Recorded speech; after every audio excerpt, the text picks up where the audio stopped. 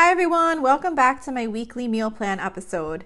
If you're new here, I just want to give a really quick explanation of kind of why I do this episode and how I do my meal plan because I haven't gotten into the details in a while. So I just thought it would be good to do kind of like a quick little recap. So every week I do a meal plan episode, which basically is just me letting you know what my family has on our meal plan for the upcoming week. I only do the meal plan for dinners. This meal plan episode comes out every Wednesday, and the meal plan starts the upcoming Saturday. I have a website, which is lolasfrugallife.com, and the meal plan that I do for each week, the same day the episode comes out, there's a blog post there that has links to any of the recipes that are mentioned in the episode. So the reason I share this is because I think meal planning is really important, and it's helped me so much in just managing everyday life in what we're going to eat for dinner each night and not having to stress about what we're going to eat for dinner each night and knowing exactly what to purchase when I go to the grocery store because I have a meal plan in place, so I'm buying the groceries for what I'm actually going to be making, and it wastes less food and it just makes my life a lot easier. I used to take a lot of time meal planning and it would stress me out, even just the process of it, because I was always trying to figure out what I was going to make and was I rotating things enough and finding new recipes and things like that. And then I finally, I forget, it was probably either a YouTube channel or a podcast or whatever, but someone had mentioned how they do like a rotation of their family favorites or whatever. And I started creating a rotation of meals. So like, for example, you'll probably hear me say a lot of the times that we have hamburgers every other Monday. Every Tuesday we do some type of Mexican theme meal. Also on Mondays, on the non-hamburger days, we do steak one of those. We do hot dogs on the other one. We do seafood every Wednesday. Thursdays we do soup and grilled cheese or breakfast for dinner. And then Fridays just kind of, Friday, Saturday, Sunday are just kind of random. I pick recipes to fill in those gaps. But what I do is every time I make a meal, if it's something that my family likes to eat on a regular basis, I go forward whatever that designated amount of time is, whether it's a structure, like where it's every 2 weeks or whatever, I'll just go ahead and put that meal on the meal plan for the next time we're going to have it. Or if it's something that we just kind of have whenever, I might think, okay, well, I just had chicken cutlets tonight. When am I going to make those again? Let's say we'll have them again in 4 weeks, and I'll go 4 weeks ahead and put it in my meal plan. So I'm kind of constantly building my future meal plans as each day passes, because as soon as the meal is made, I will look forward and say, when are we going to have this again? And I'll put it on my meal plan. And then of course I don't have to stick with that. I can move things around as those weeks come. If I want to squeeze in a new recipe or whatever, I do move things around and make changes as needed. But the vast majority of my meal plan is already in place, and then I could just make adjustments rather than having to start from scratch. So I just thought it would be good to kind of share that, because that might be helpful to some of you that might be struggling with meal planning, just to kind of see if maybe you can kind of come up with some type of rotation, even if it's just, starting with like one day. Like maybe you just figure out on Mondays what's kind of going to be your rotating plan for Mondays. And the reason that I thought I should share this, because I haven't done it in a while, is because of this really nice review that I got on Apple Podcasts that I wanted to share. And they said, the review was left by Hannah Indiana 812, and the heading says tacos every week. And it says, I found this podcast through one of my favorite YouTubers, Louise Lane, and I've really been enjoying it, especially the meal plans. Even though the recipes repeat, it's teaching me how to structure my family's meal plan and actually make it obtainable. Before when I would take the time to make a meal plan, I would always search for new recipes, which means I would have to add special things to my grocery list, and it's just too much. After a couple of weeks, I'm tired, out of ideas, and ready to order out. But using her tips to have your favorites on rotation is perfect, because I want tacos every week. Then just add something new when you get inspired. It saves time, and I'm already low on time with a newborn, so I love applying her tips. I just find her whole podcast inspiring and relaxing.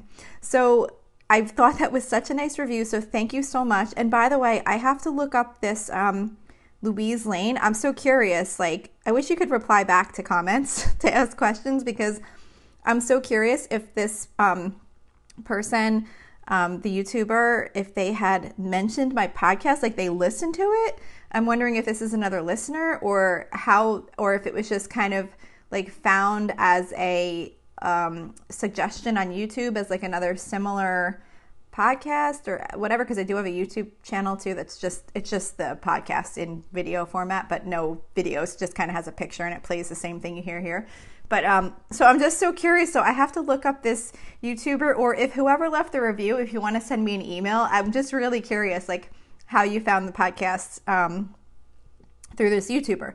But I wanted to talk about how I do the meal plan process with those rotations, because this person found it really helpful, and it really helped me. I was in the same situation as her with struggling and always trying to feel like I had to create this like from scratch meal plan every week. So I thought it was worth kind of sharing how I do my meal plans.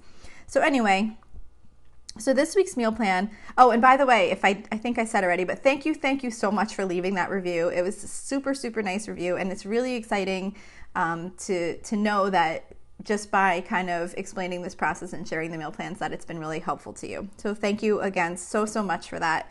And it really helps grow the podcast too by getting those, especially those written reviews on Apple Podcasts. So anyway, so this week's meal plan starts on Saturday, March 4th. So for Saturday, I'm going to be making homemade chicken franchise, and this is from dinneratthezoo.com. I have not made this recipe yet, and I haven't made chicken franchise in like the longest time. I used to make this a long time ago, and then at one point I wound up getting like a jarred sauce that you could buy to make it, and then I made it like that for a little while, and then I just kind of haven't made it in the longest time. So I'm going to try that recipe, and then I'm just going to serve some linguine on the side with the chicken franchise. Then on Sunday, I'm going to be making Chef John's stuffed peppers, which is from allrecipes.com. I made these a few weeks ago, and they were so good, so I'm going to make them again, and I'm going to do them with crispy air fried sweet potato wedges from cookinglight.com. It's kind of just like French fry type wedges that you make with sweet potatoes, and they went well. I think I made those with the stuffed peppers last time. I always kind of struggle like with what to serve as a side with stuffed peppers, but I think I might have done the sweet potatoes last time, and if I did, I think they were good. So that's what's in my mind, so that's what we're going to do for Sunday. For Monday, it's our hot dog night, so we just do hot dogs once a month. I just boil them up on the stove. I make home fried potatoes in the air fryer, which is I just take potatoes, peppers, and onions and toss them with some olive oil and some salt and pepper and cook them up in the air fryer, or of course you could roast them in the oven. And then we're going to do leftover chili, because I am making chili this week when I'm recording this episode, but then for next week when I'm cooking the hot dogs that night, I will have leftover chili in the freezer from what I'm making this week, so we'll have that on the side with the hot dogs and the potatoes. For Tuesday, it's our Mexican theme night, so I'm doing sheet pan chicken fajitas from foodnetwork.com. This is just your typical chicken breast cut up into small pieces and tossed with peppers and onions and some seasoning, and then serve with flour tortillas. And we also usually make white rice to go with it too, because some of us like to make bowls and some of us like to put it on a, like a regular fajita, like eat it like a regular fajita on the flour tortilla.